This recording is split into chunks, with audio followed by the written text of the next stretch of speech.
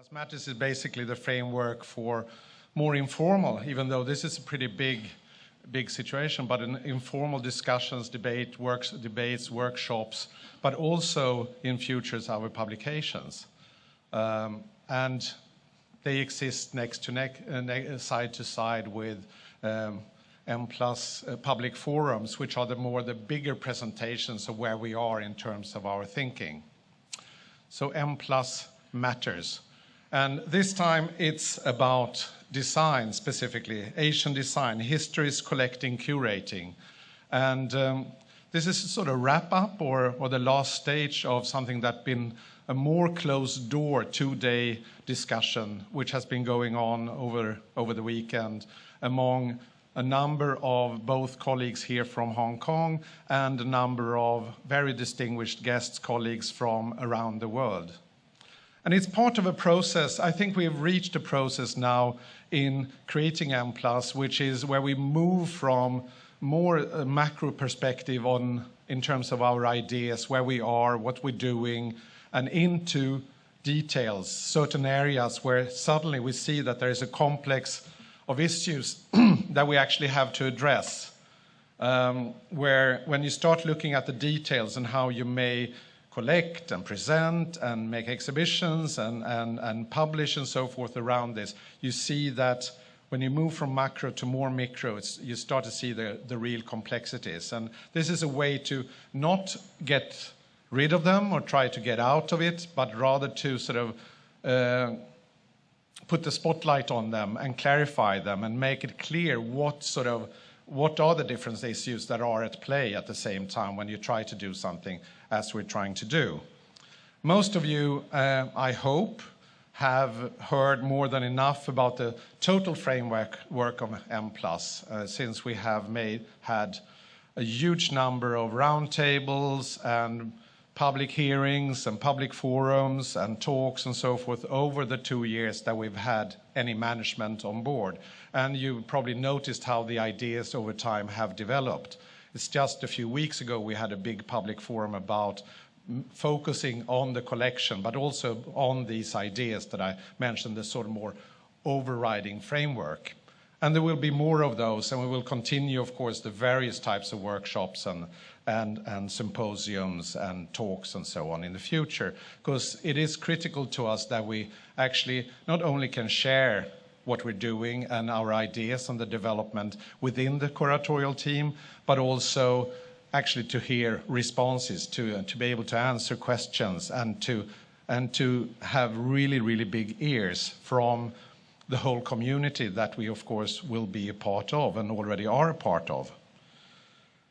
But this time it's all about design, and it's all about, or maybe not at all, but it's about Asia and Asian design. And of course, immediately you have two concepts that you can put question marks around, or you can question and you can discuss probably for more than 2 days and an evening. Because of course the question of design and what the limits of design is and how you define it is a big topic in itself. And not to mention the question of Asia and what Asia is and what Asian is. Maybe we'll hear a little bit about that in the panels and talks we have here. And if not, we will try to address it later on again. I think we'll come back and discuss these things because we use these words regularly, but we don't necessarily understand them so well, and we don't analyze them all the time, and we need to do that. Because I think that what we're creating is something that is both quite new compared to the existing landscape, not only in this part of the world, but generally. But at the same time, we're trying to create something that is recognizable still as a museum, that has the values of the museum, and it's the symbolic value, not the least, and the practices and the sort of standards of a museum. So we sort of balance between these two things of the uncertainty and something that I think we feel is quite certain. But I think with this, I'd just like to say welcome to you all. I think it's fantastic that so many of you have found the way up the hill here and into this glorious building. It's a very nice addition to the sort of museum and or cultural institution landscape in Hong Kong. So we should thank Asian Society for letting us be here, or letting us be the tenants of this place for a couple of days. And I wish you all welcome, and not the least, of course, this evening's speakers. And now Aric Chen, right? You're coming up to the table, is that right? Yes, you're nodding. So I'm not saying the wrong thing here. Aric is our relatively new, it's 1 month and 2 days, curator of design and architecture, supported by Shirley Surya, who's been on the team since half a year or more, actually. But Aric, please, the mic is yours now. Thank you so much.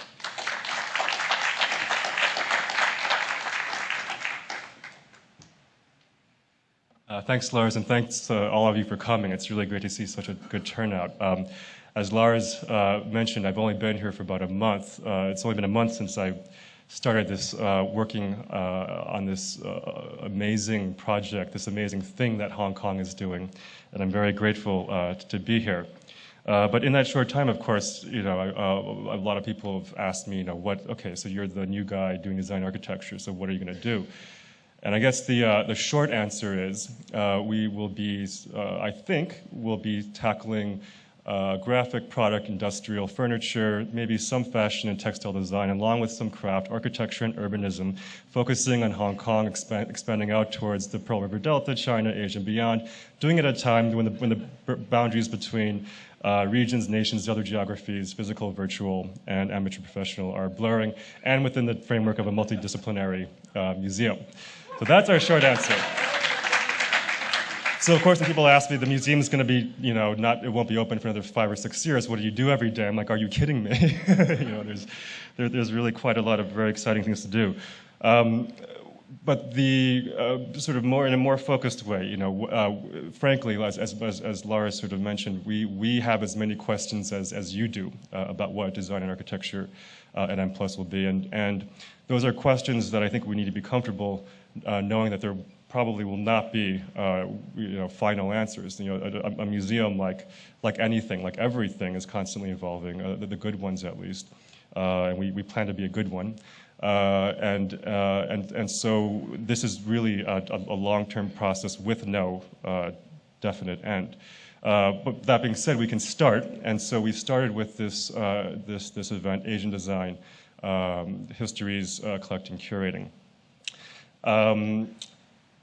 We chose the title Asian Design somewhat provocatively because, of course, as Lars mentioned, it's not clear what Asian design means. It's not clear what Asian means, and it's not clear what design means. At the same time, we are, as I sort of mentioned, we are exploring this notion of Asian design at a time when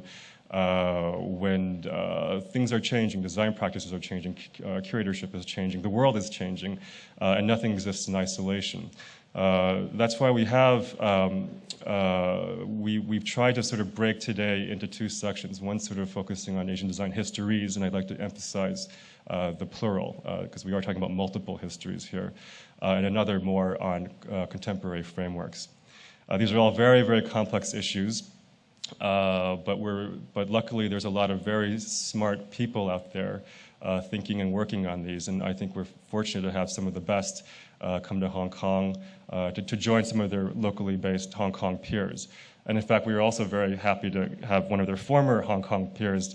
We were able to snag him to come back. As Lars said, this is more of a sort of recap of a day-and-a-half workshop that we've all been doing that finished earlier today. We will be posting all the papers online at mplusmatters.hk and mplusmatters.hk. Please give us a little time to translate and edit and stuff, but they will be up soon. But in the meantime, we wanted to make sure to give all of you a chance to sort of hear some of the things that came up. On that note, I'm going to introduce the amazing Shirley Surya, our senior assistant curator for design and architecture, who has really been a force of nature and a driving force behind this event over the past 6 months or so, both in terms of organization and content. And she is going to introduce our first abbreviated keynote and panel. So I'll hand this over to Shirley now. Thank you again.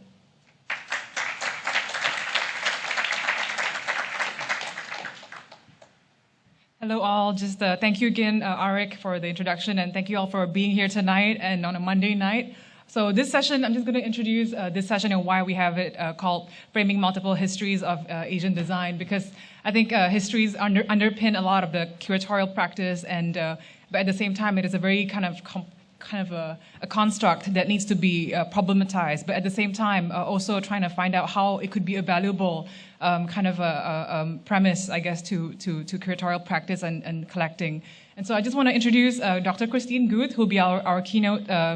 It's 15 minutes, but it's still a keynote presentation about why Asian design. And Christine is the head of Asian design and material culture at the History of Design Department at Royal College of Art and the Victoria and Albert Museum. And I'm also going to introduce our moderator for the panel, Dr. Victor Margolin. So like the first PhD in history of design in the United States from University of Illinois, Chicago. And then the rest of the panel members is Divya Patel. She's the curator for South Asia at Victoria and Albert Museum, followed by Kayoko Ota, who is a curator, editor at Office for Metropolitan Architecture and the AMO research arm. And the next is Matthew Turner, who's been really, I think, a major player in documenting Hong Kong design. And so he's, welcome you from like all the way from Scotland, Edinburgh. And last but not least is Dr. Yen-Chi Kwok, who's associate professor at Hong Kong Polytechnic University School of Design, who's done history of the birth of modern Chinese design. And so I'm just gonna, let Christine take over.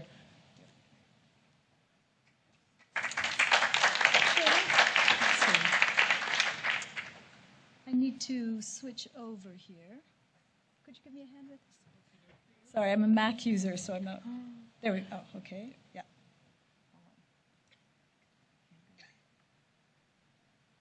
Great. Thanks. Thank you. Yeah. Thanks. Well, it's a great pleasure and honor and responsibility to be here today and to be the first speaker, because there are many people who have been teaching and practicing design history for many years more than I. I was going to say, I thought, oh, I should say I'm the new kid on the block. Well, I'm the new grandmother on the block, really. But I have been teaching design history at the Royal College of Art and Victoria and Albert Museum for 5 years now. And because I'm relatively new to this field, and because I was asked to develop a program in Asian design history, I have given it a great deal of thought. And, what is design? I think there's no question why we should be thinking about design and its histories in the plural, as everyone has emphasized, at a time when Asian economies are becoming increasingly important and the creative industries are having a huge impact on the global economy.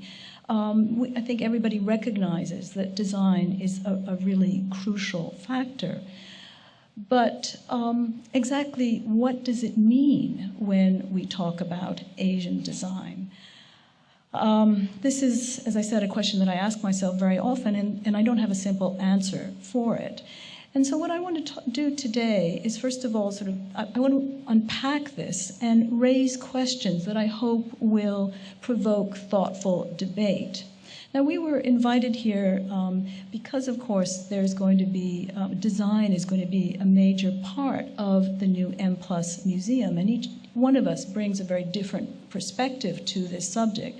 My own is as a historian, and I'm not a historian of Chinese design. My background is more in the area of Japanese art and design. So forgive me if the examples that I draw on are primarily from the Japanese context. But first of all, to just sort of think about Asia. I mean, we are here today in the Asia Society. Many of you are probably aware that the Asia Society was founded in 1956 by an American, J.D. Rockefeller. But today, there are 11 centers that call themselves Asia Society in different parts of the world, here, Shanghai, Mumbai, and so forth. And although they all call themselves Asia Society, and although the typeface used to describe on the signage is similar, is identical in all of these sites, every single one of them inflects the space that they use in a very particular local way. This space here in Hong Kong is completely different than the one in New York, for instance. My point here is that Asia Society is an umbrella term that is very handy to use, but beneath that umbrella, there are very many particularities. And when we talk about the Asia Society, we're talking about an institution that has then multiple geographies, multiple histories, and also a great complex of ideological baggage that I'm obviously not going to get into today. But the term Asian design history is very similar. It's a very useful term, a catch-all term to describe a wide range of phenomena, and there is no consensus on exactly what this term embraces. So to begin with, let me just unpack this idea of design in a very simplistic way. I think many people thinking about design would start by saying, oh, of course, Asian design. They would say, oh, yeah, well, maybe a tata nano or a rice cooker. Asian design calls to mind something, industrial design of the 20th or 21st century, because the term design and the fields of design history are basically modern constructs, and they have been applied to Asia. But there are many people who think design is a far broader concept. Think of it as any kind of practice that changes the environment, any kind of placemaking or pattern making. Almost any human activity can be designed with an objective in mind, can be described as a kind of design. And many people also think that design should not be confined to the 20th and 21st century, but should include works and practices that go back to ancient times. Joe bronzes, Han vases like the one you see here, but Asian design might also include blue and white ceramics made in the Jingdezhen kilns. Now, for those of you who are accustomed to museum going, you may look at these the things on the screen right now and say, oh, well, but that's not design, that's art. And that already gets into the very problematic question of, different systems, different epistemologies, different systems of classification. Many things fall into multiple categories at the same time. Design doesn't only refer to things, it can also refer to ways of organizing space. So one thinks of interior design, the prescribed patterns of arranging objects on shelves, the way in which paintings are hung. And this, again, problematizes another aspect of design that has come up in the conference that we've been involved in the past 2 days. And that is, how do you separate art and design? Should paintings be thought about as art, or should they be thought about as design? Can they be thought about both of them? It's all a matter of perspective. You can talk about a Chinese ink painting in terms of the paper or the silk that it's painted on. You might also think about it in terms of its mounting. You might think about it in terms of whether it is hung alone or if it's hung as displayed as part of a triptych, as in this 16th century Japanese manual for how to show things in a ceremonial interior. So all of this by showing how complex and fluid the idea of design is in the context of Asia, and that there's no single answer for how to look at it. Asian design doesn't just have a past, but it has a present and a future. And certainly the present and the future are very much caught up in popular forms of design, such as graphic design in manga, but also articles that are used by a young generation for pleasure, but they are designed objects. I don't think we should discard something like a skateboard as not belonging in the field of design. And the last point I think I wanted to make about design is that design can be objects, it can be buildings, it can be display practices, ways of arranging interior space, but design is also just practice. We can also think about design as practice. And certainly increasingly, as we're confronted with digital design, with all sorts of installations that involve practice, that are practice-based, I think the notion of design, the fetishizing of the object, is going to decline in favor of a much more open perspective. What does that have to do with the images that I have on the screen here? Well, I quickly tried to find something in my slide, in my toolkit with me here, that had to do with process. And this is from a 17th century Chinese book, excuse the pronunciation, called Jiangong Kaiwu, which is about how to make things. And what I'm showing here is the process of needle making. So thinking about design as process, I think, is very important. And this also makes another point that is one that's very close to my heart, and that is that when we think about design, we should not only think about large things or important forms of industrial production, but sometimes the simplest things are the hardest things to design, a needle being a case in point. I didn't intend the pun, but there it is.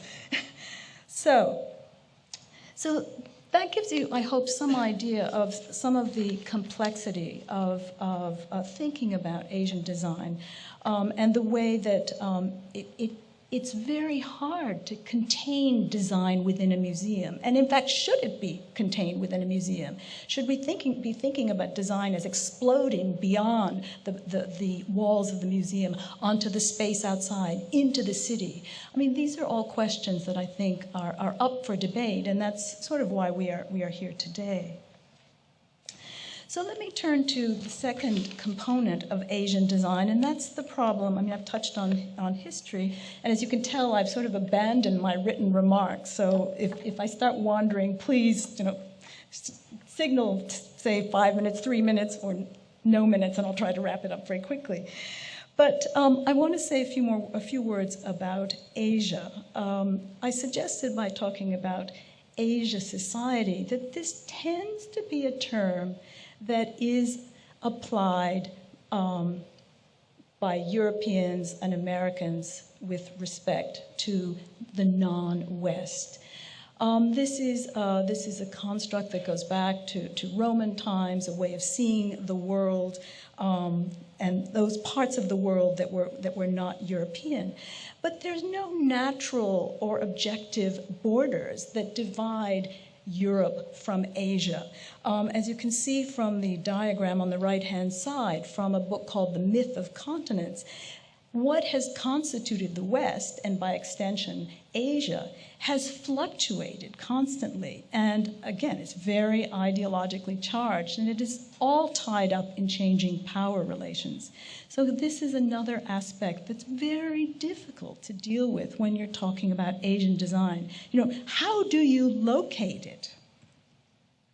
Well, now I want to turn to the three main perspectives on Asian design that I'm going to talk about. First of all, the museum, then sort of study of design, design histories, and then lastly, the role of the media. It seems to me that the concept of Asian design, this framework, has been popularized through these three, in these three ways, through the museum, through academia, and through the media. And I'm going to take each one in turn very briefly. As you can tell from my accent, I'm an American, but I teach in London, and I work very closely with the Victoria and Albert Museum. And the Victoria and Albert Museum has played, I think, an instrumental role in developing the idea of Asian design.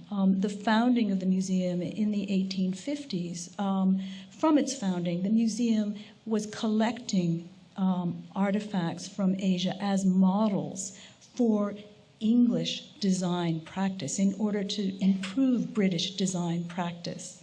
And so I think this speaks already to the recognition of Asian design. There was not always a clear differentiation as to whether it was Indian, Chinese, Japanese, or whatever, but it was thought to have qualities that were absent in the increasingly mechanized design practices and products of Asia.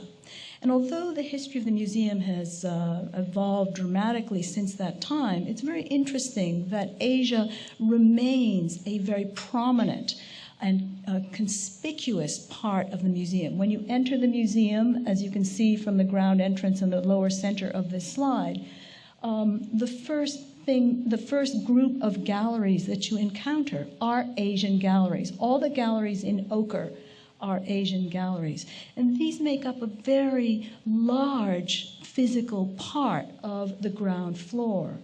So Asia remains, is today and always has been an important, a prominent feature of the Victoria and Albert Museum, which defines itself as a museum of art and design. Now these are dedicated galleries on the, of course, the center of the museum, as in many institutions today, is the gift shop.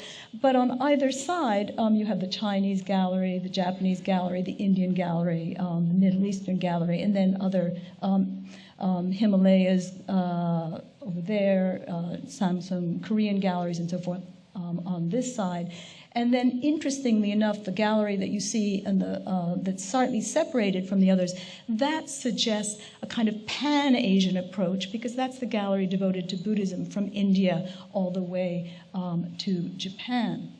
But Asia can't be confined to these galleries. If you walk through the Victoria and Albert Museum, the first thing you will notice is that the Asian presence is everywhere. The museum has institutionalized the idea of Asian design, but it also challenges the very institution that it is set up, because many manifestations of Asian design or Asian influence can be seen in other galleries. On the top, for example, you see here some textiles that are of Chinese inspiration in the British galleries. Down here, you see in the European galleries an 18th century French chest that was made from Japanese lacquer panels that were cut into pieces and then refashioned into French furniture. And then on the left-hand side is an example in the contemporary furniture galleries of a work by Izumi Tomoko, who is a designer of Japanese background who studied at the Royal College of Art and practices in London. So here you see, again, the topographical, the geographical problems. Where do you draw the line between what is Asia, what is not? How do you deal with people who have who work in sort of multi-sided ways? How do you deal with diasporic populations? The term Asian design doesn't differentiate. It's such a homogenizing term that it suggests that there's a big clump of stuff that all fits together. But in fact, when you start to unpack it, it doesn't. Now I want to just sort of mention quickly the way in which museums have thought about Asian design. Many museums simply take the idea of Asian design for granted. But there are some that recognize that the construct of Asia can be problematic. And among them is the San Francisco Art Museum. And when you enter the galleries there, the first thing you see is a label saying, "Watch out. This is a difficult term. We are aware of it." But there are other museums that take a somewhat different approach, like the Asian Civilizations Museum that describes itself as a museum of pan-Asian civilization without any thought to the historical baggage that that term has.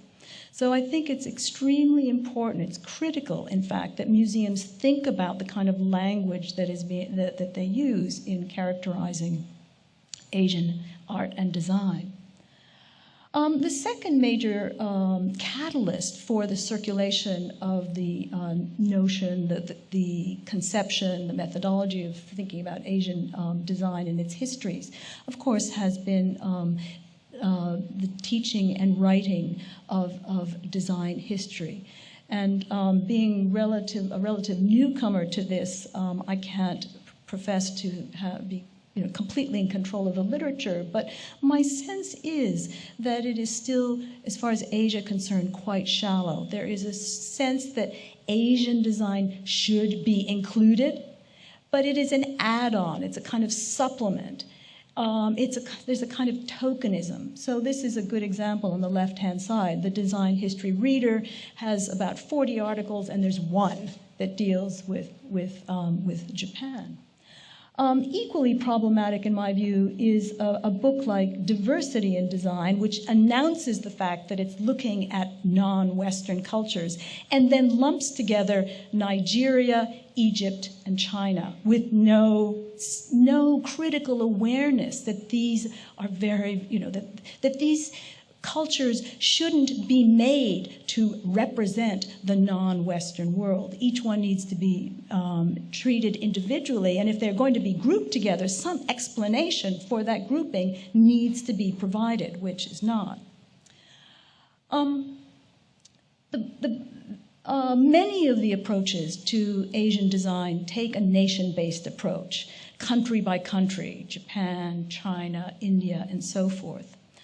And this is very much caught up with a desire to locate cultural authenticity within those countries. But there is emerging now a rather different approach to the study of Asian design, in which the term is not used at all, but all parts of the world are treated as part of a network, as part of a global flow in a more processual way that incorporates marginal or previously marginal cultures, acknowledges their marginalization, but also acknowledges that they are part of a continuous network. And this is the approach that's increasingly being adopted by practitioners of what are called global design history. And in this approach, there isn't a reference, there's not a category of Asian design, but many parts of the world, of the non-Western world that were previously ignored have found a place. And very often, this is an approach to design that doesn't focus, or let me turn it around a little differently. This is an approach to design that takes into full account the contextual complexities of the regions where design practices and products are produced, the modes through which they move from one spot to another, and also the places where they are consumed. Lastly, I want to say a word about the role of the media in promoting Asian design. Before I came, I looked on the internet, and there were just countless books that were promoting Asian style, Asian design for your home.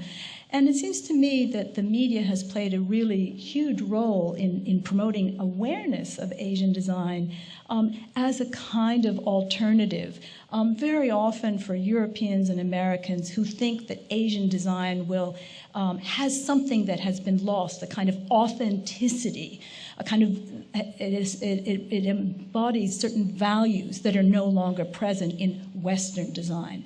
I think this is equally problematic, but the book that you see on the left is a good example of that.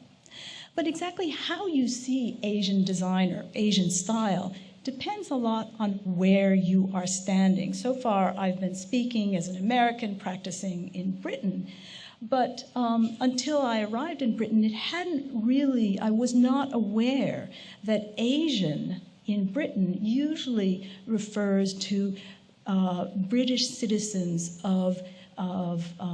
whose families came from the subcontinent.